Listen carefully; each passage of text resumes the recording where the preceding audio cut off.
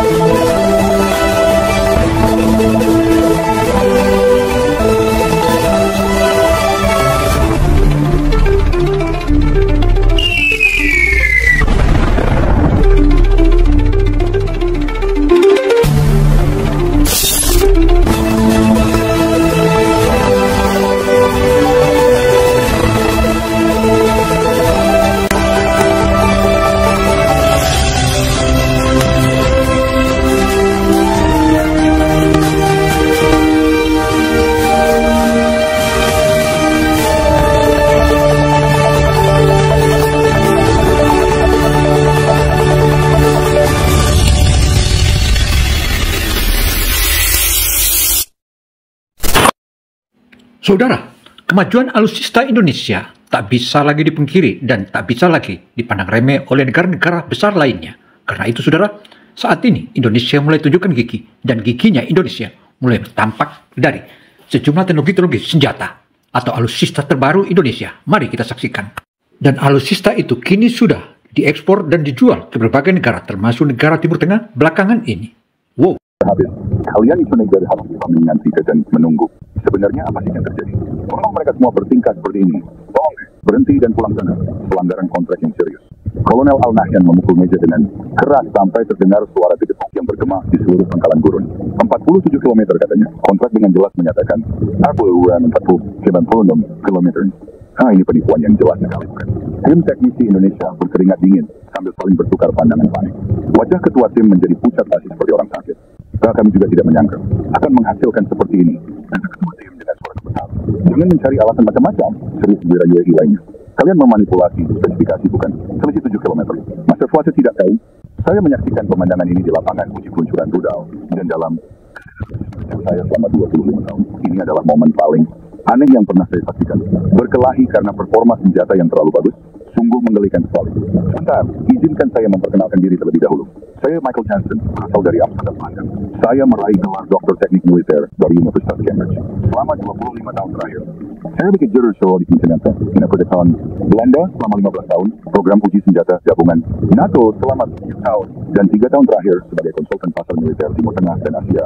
Saya pernah mengawasi uji coba Tank Leopard 27 di fasilitas Rheinmetall Jerman, menganalisis sistem pertahanan berlapis Iron Dome di Bottleneck, Israel.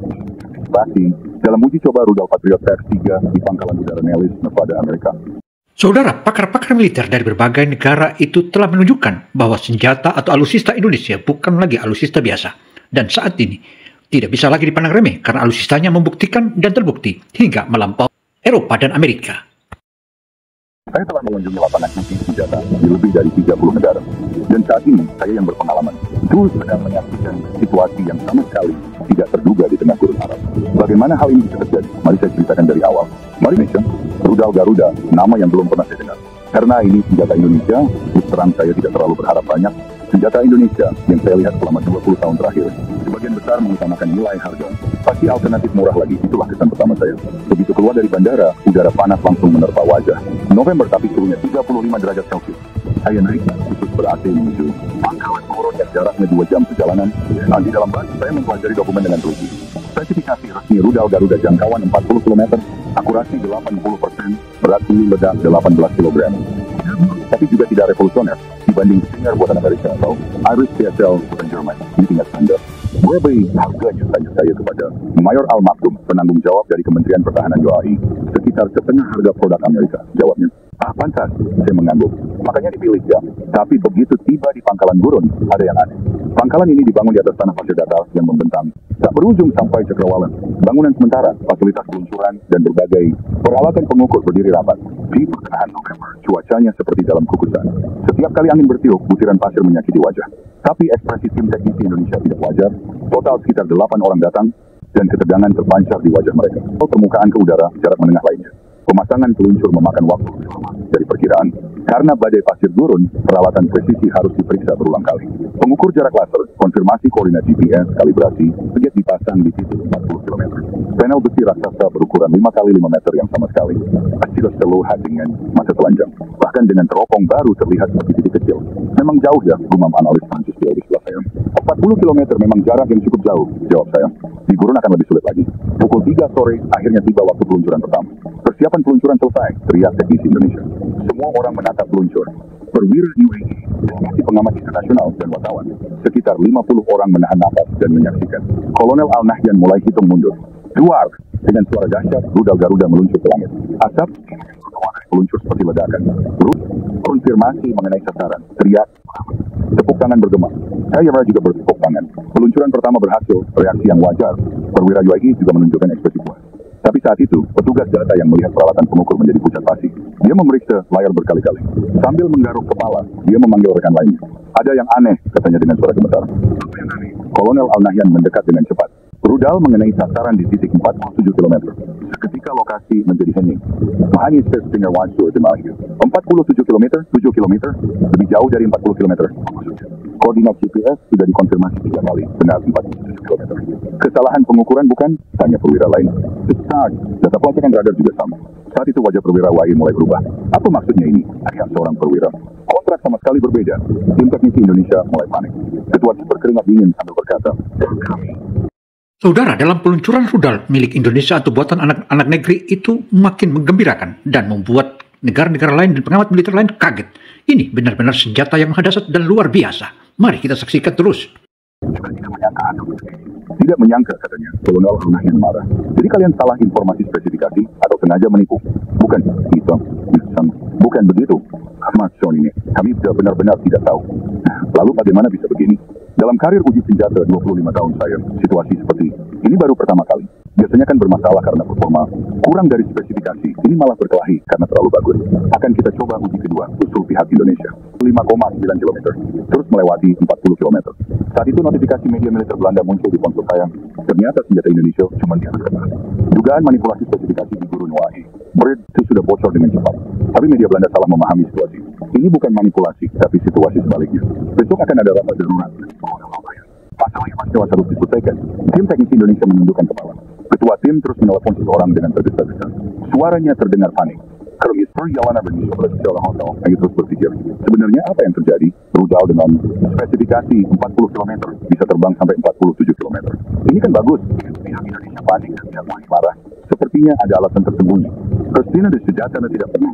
Saudara, peluncuran rudal ke peluncuran dan uji coba itu membuat negara-negara besar semua pada kaget dan terheran-heran bahwa buatan atau anak negeri Indonesia ini dahsyat kini melampaui daripada alutsista Eropa dan Amerika. Tapi apa sebenarnya ini? Belum itu adalah lamaran. Yakin, besok dalam rapat pasti akan terungkap kebenaran penting. Tapi saat itu saya belum tahu.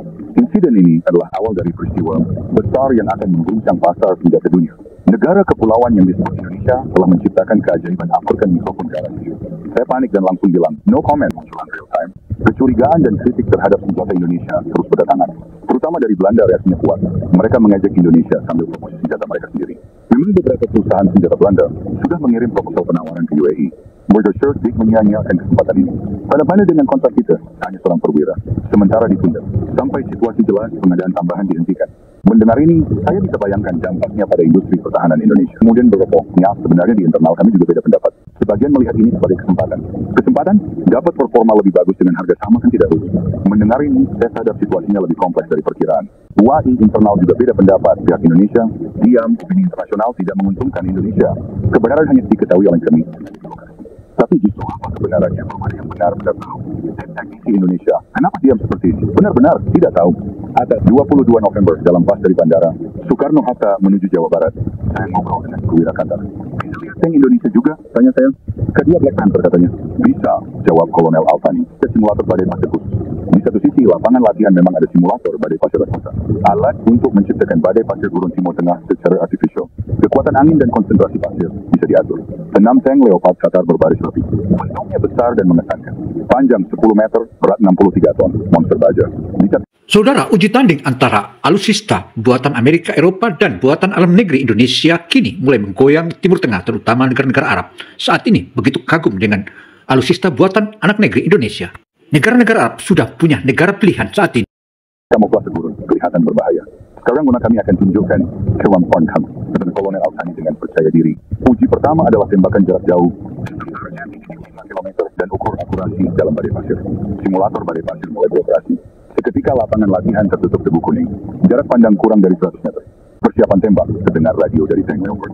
Duar, meriam smoothbore 120 mm. Bukan api. Dahsyat peluru meluncur. Mengenai sasaran, teriak tim pengaman. Memang Leopard, perwira Qatar bersorak. Tembakan kedua dan ketiga juga berhasil. 6 tembakan mengenai sasaran.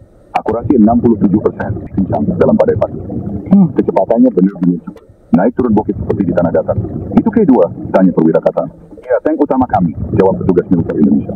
Kedua sedikit lebih kecil dari Leopard. Panjang 9,7 meter, 25 ton. Terlihat cukup lincah. Tapi perwira Qatar sepertinya tidak begitu tertarik. Mau coba uji bareng? Usul pihak Indonesia. Koordinasi formal semua. Mari kita bandingkan, jawab Kolonel Al-Thani dengan percaya diri. Uji tembakan dalam kondisi sama dimulai. Kedua juga menembak target di titik 5 km. Saudara, alutsista milik Indonesia ini kini mulai dilirik dan mulai dipertajam oleh negara-negara Arab, dan inilah senjata yang patut dibanggakan untuk masa depan, dan Indonesia adalah satu-satunya negara pilihan untuk pembeli alutsista negara-negara Arab. Jarak pandang benar-benar terblokir, tapi kedua sepertinya tidak terpengaruh sama sekali. Duar, meriam smoothbore 120 mm, K2 menyemburkan api. Mengenai sasaran. Yang kedua juga mengenai, yang ketiga juga mengenai. Kedua berhasil mengenai sebuah tembakan. Akurasi 100%. Perwira Qatar saling pandang. Ekspresi mulai berubah sedikit. Mungkin beruntung, gumam seorang perwira. Tapi kejutan sebenarnya terjadi saat uji manuver. Lapangan latihan ada gundukan pasir buatan. Gundukan setinggi 5 meter yang curam. Replika gundukan pasir gurun Timur Tengah. Leopard coba dulu. Bodi raksasa 63 ton boleh naik gundukan pasir. Tapi sepertinya lebih sulit dari perkiraan. Roda rantai tenggelam dalam pasir, kecepatan melambat. Ini pasir beneran, tanya pengemudi Leopard lewat radio. Pasir buatan khusus. Dibuat dengan kepadatan sama seperti gurun Timur Tengah, jawab pihak Indonesia. Leopard berhasil melewati gundukan pasir dengan susah payah. Waktunya cukup lama. Sekarang giliran K2. K2 berdiri di depan gundukan pasir. Lalu tiba-tiba akselerasi dengan kecepatan tinggi menerjang gundukan. Tidak berbahaya, tanya perwira Qatar khawatir. Tapi K2 seperti ikan berenang di air, lincah melewati gundukan pasir. Melompat, mendarat, melompat lagi. Pemandangan yang benar-benar menakjubkan. Bisa begitu, Kolonel Al-Thani melongo. 5 gundukan pasir berturut-turut dilewati. Waktu yang dibutuhkan Leopard untuk satu gundukan, K2 lewati 5 gundukan. Kecepatannya terlalu cepat, perwira Qatar panik. Lalu hal yang lebih menakjubkan terjadi. Kedua sambil melewati gundukan pasir, sekaligus menembak. Melompat sambil tembak, mendarat sambil tembak. Yang satu menampilkan data uji rudal Garuda UAI, yang lain hasil uji tank K2 Qatar. Dua peristiwa yang berbeda total, tapi sepertinya ada kesamaan. Intuisi 25 tahun karir saya berkata begitu. Pertama, bandingkan angka-angka. Rudal Garuda UAI, spesifikasi. Jangkauan 40 km, akurasi 80%. Performa aktual jangkauan 47 km, akurasi 100%. Pening 50%, manuver 30%. Di gambar grafik, pola yang mengejutkan terungkap. Keduanya menggambar kurva identik. Peningkatan performa jauh di atas. Bukan kebetulan sederhana. Grafiknya sama persis. Dua peristiwa terhubung jadi satu. Yang lebih mengejutkan lagi kondisi lingkungan. WRI Gurun. Dua anak kata simulasi Gurun. Keduanya lingkungan yang baru pertama kali dialami senjata Indonesia. Tapi justru dalam lingkungan asing itu, mereka menunjukkan performa superior. Saudara, bukti uji coba alutsista atau rudal milik Indonesia ini betul-betul sangat mengagumkan dan membanggakan.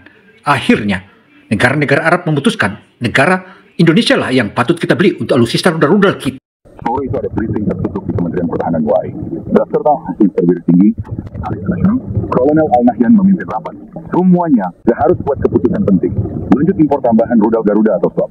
Seorang perwira mengangkat tangan. Bagaimana dengan masalah ketidaksesuaian spesifikasi? Itu justru yang mau kita bahas hari ini. Suasana ruang rapat aneh. Sebagian masih curiga, sebagian lain malah kelihatan berharap. Terus terang, seorang perwira tinggi bukan suara hati-hati. Performa lebih bagus dan tidak buruk. Tapi kontrak berbeda. Jauh pak kontrak dengan kondisi lebih bagus. Mendengar percakapan ini, saya sadar UAE internal juga beda pendapat. Di permukaan mempermasalahkan, tapi dalam hati banyak yang melihat keuntungan. Selesai rapat, seorang perwira berbisik ke saya di koridor. Ke depan, sepertinya kita akan lebih pentingkan performa operasi aktual daripada spesifikasi. Oke, maksud detailnya, yang ditunjukkan senjata Indonesia itu kan, performa lapangan aktual lebih dari angka di atas kertas. Saat itu saya baru paham makna situasi sebenarnya. Ini bukan kontroversi performa senjata sederhana. Momen bersejarah di mana standar evaluasi senjata sedang berubah. Malam itu di kamar hotel saya mengumpulkan semua informasi. Insiden rudal Garuda, insiden tank K2 Qatar, dan kasus peningkatan performa senjata Indonesia di berbagai tempat di Eropa, semuanya terhubung dalam satu pola. Jadi angka tidak bohong. Senjata Indonesia menunjukkan kemampuan sebenarnya di lingkungan operasi nyata. Dan kemampuan itu di level yang tidak pernah ada yang duga. Kenapa disembunyikan? Dan harus dibuka. Sekarang tinggal satu. Pihak Indonesia akan beri penjelasan apa untuk semua situasi ini. Kolonel Al Nahyan maju ke depan. Sebenarnya gimana sih? Kenapa bisa beda sebesar ini? Direktur tarik napas dalam. Kalau mulai bukan kebenaran yang selama ini kita berdasarkan. Negara kami 70% wilayahnya pegunungan. Katanya, dataran untuk uji senjata jangkau jauh sangat terbatas. Wilayah muncul petunjuk dari Indonesia. Memang benar-benar dipenuhi gunung dan bukit. Jarak uji maksimal yang bisa dilakukan domestik adalah 40 km. Lebih dari itu secara fisik tidak mungkin. Terhalang gunung. Surely ada stake taksi performance in manuals. Lewat simulasi tahu, tapi uji nyata tidak bisa. Spesifikasi resmi kami tulis 40 km. Pengakuan mereka singkat tapi menjelaskan semuanya. Suasana ruang rapat mulai berubah cepat. Awalnya curiga dan tidak percaya, pelan-pelan jadi takjub dan paham. Sebentar, kata seorang perwira UAE. Berarti kita dapat senjata lebih bagus dengan harga lebih murah. Bisa dibilang begitu, jawab Direktur Kim hati-hati. Angin gurun justru menguntungkan penerbangan rudal. Jelas teknisi Indonesia mendekati lingkungan optimal yang kita asumsikan saat desain. Sejak desain sudah pertimbangkan gurun, bukan, didesain untuk adaptasi semua lingkungan. Gurun, dataran, pegunungan, pantai. Kondisi apapun bisa performa maksimal. Mendengar penjelasan ini, saya sadar Indonesia mengatasi keterbatasan geografis dengan inovasi teknologi. Lalu Kolonel Al Nahyan bertanya, persoalan. Kami yakin, simulasi dan kenyataan bisa beda. Baru setelah uji di gurun, kami bisa yakin. Direktur Kim tersenyum sambil menjawab, anggap spesifikasi resmi sebagai performa minimum terjamin. And pretty wrong, aktualnya kemungkinan lebih baik. Berarti kita bisa untung lebih besar? Betul. Itu kasih saya. Dr. Johnson, bagaimana pendapat Anda? Kita baru pertama kali lihat hal seperti ini. Buat kami di Eropa, sorry, bukan ditipu spesifikasi, tapi dikasih bonus. Sekarang senjata Indonesia lain juga harus dievaluasi ulang ya. Sudah mulai. Tank K2, Howitzer K. 9, roket MLRS Chunmo. Semua senjata Indonesia sedang direview ulang. Pulang ke hotel, saya refleksi seminggu terakhir. Awalnya saya kira cuma insiden ketidaksesuaian spesifikasi sederhana. Ternyata peristiwa bersejarah yang mengubah paradigma evaluasi senjata. Ini bukan senjata biasa. Indonesia mengatasi keterbatasan geografis dengan inovasi teknologi dan prosesnya menciptakan senjata yang diakui dunia. Yang paling berkesan kejujuran mereka. Tidak lebih-lebihkan performa, tidak juga menyembunyikan. Malam itu di kamar hotel, saya tulis di diary. Ini hari paling spesial dalam karir 25 tahun. Sebagai analis senjata, bisa alami kebalikan seperti ini benar-benar beruntung. Tapi ini baru permulaan. Insiden rudal Garuda UAE akan segera menyebar ke seluruh dunia dan mengubah total persepsi senjata Indonesia. Di mana kasih sudah saya mendengar. Sampai sesuatu.